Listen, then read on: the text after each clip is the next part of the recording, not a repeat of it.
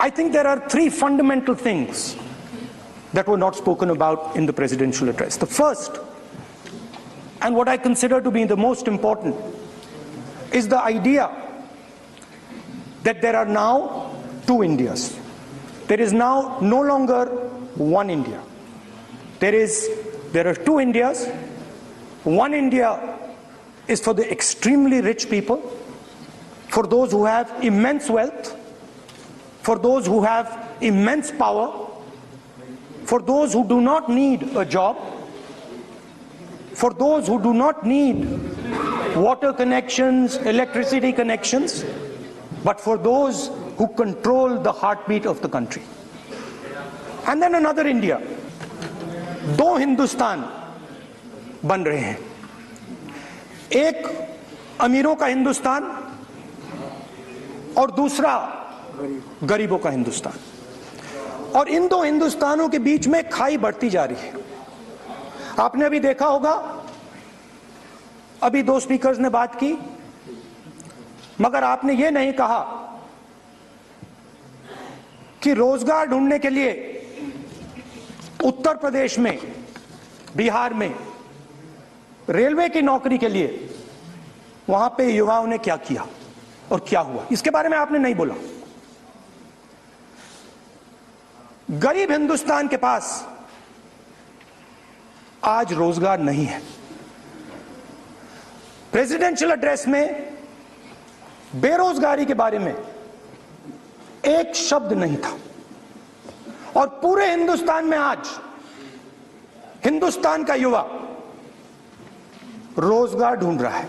हर state में, उत्तर प्रदेश, बिहार, सब जगह हिंदुस्तान का युवा एक ही चीज मांग रहा है, रोजगार हमें दे दो।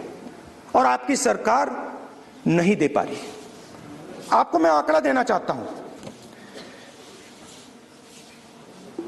इस पिछले साल 3 करोड़ युवा रोजगार खोए हैं। आप बात करते हो रोजगार देने की। 2021 में 3 करोड़ युवा रोजगार खोए हैं। 50 साल से सबसे ज्यादा बेरोजगारी आज हिंदुस्तान में है। आपने मेक इन इंडिया की बात की, स्टार्टअप इंडिया की बात की, मगर जो रोजगार हमें, हमारे युवाओं को मिलना चाहिए वो नहीं मिला, और जो था वो गायब हो गया। और ये सच्चाई है, और इस सच्चाई को आप ही पहचानते हो, क्योंकि आपने भी अपने भाषणों में रोजगार के बारे में कुछ नहीं कहा। कितना रोजगार पैदा किया गया है, किस प्रकार किया गया है, उसके बारे में आपने नहीं बोला। और आप बोल भी नहीं पाएंगे, क्योंकि अगर आप बोलेंगे तो हिंदुस्तान का युवा आपकी ओर देख के कहेगा कि ये मजाक कर रहे हैं। तो ये स्थिति पैदा कैसे हुई? ये दो हिंदुस्तान पैदा कैसे हुए?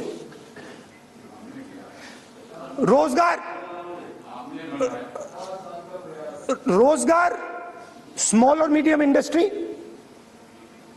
और जो हमारा इनफॉर्मल सेक्टर है उधर बनता है। लाखों करोड़ रुपया आपने उनसे छीनकर हिंदुस्तान के सबसे बड़े अरबपतियों को दिलवा दिया। आपने पिछले 7 साल में अनऑर्गेनाइज्ड सेक्टर और स्मॉल और मीडियम इंडस्ट्री पर एक के बाद एक आक्रमण किया है।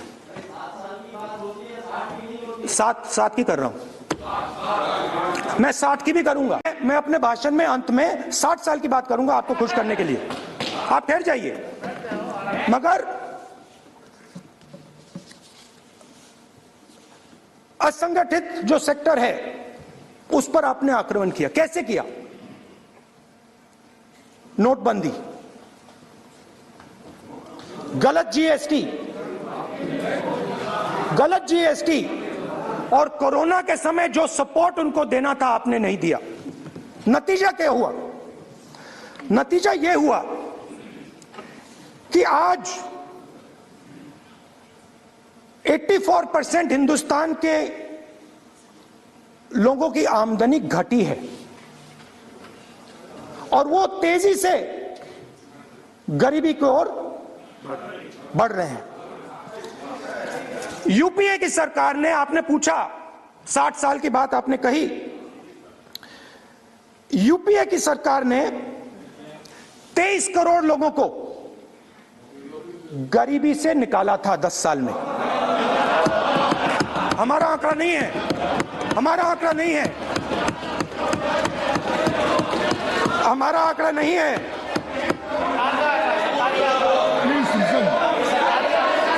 आप हंसिए, हमारा आंकड़ा नहीं है,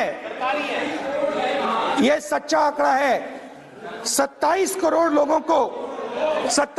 लोगों को हमने गरीबी से निकाला था और 23 करोड़ लोगों को आपने गरीबी में वापस डाल दिया।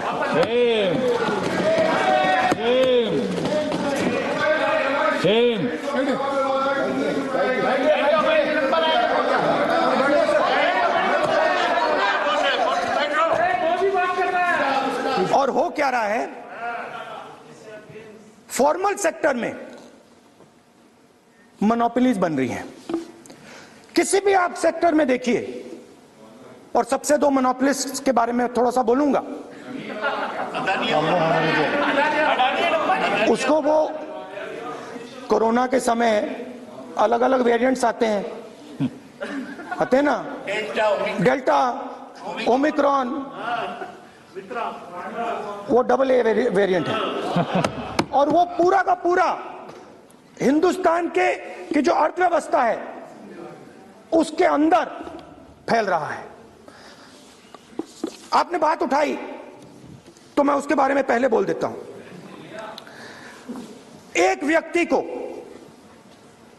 नाम नहीं लूंगा, एक व्यक्ति को हिंदुस्तान के सब पोर्ट्स, ब्रांड का नाम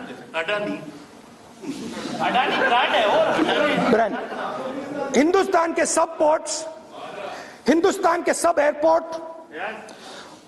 power, transmission, mining, green energy, gas distribution, edible oil, जो भी हिंदुस्तान में होता है उधर अदानी जी दिखाई देते हैं।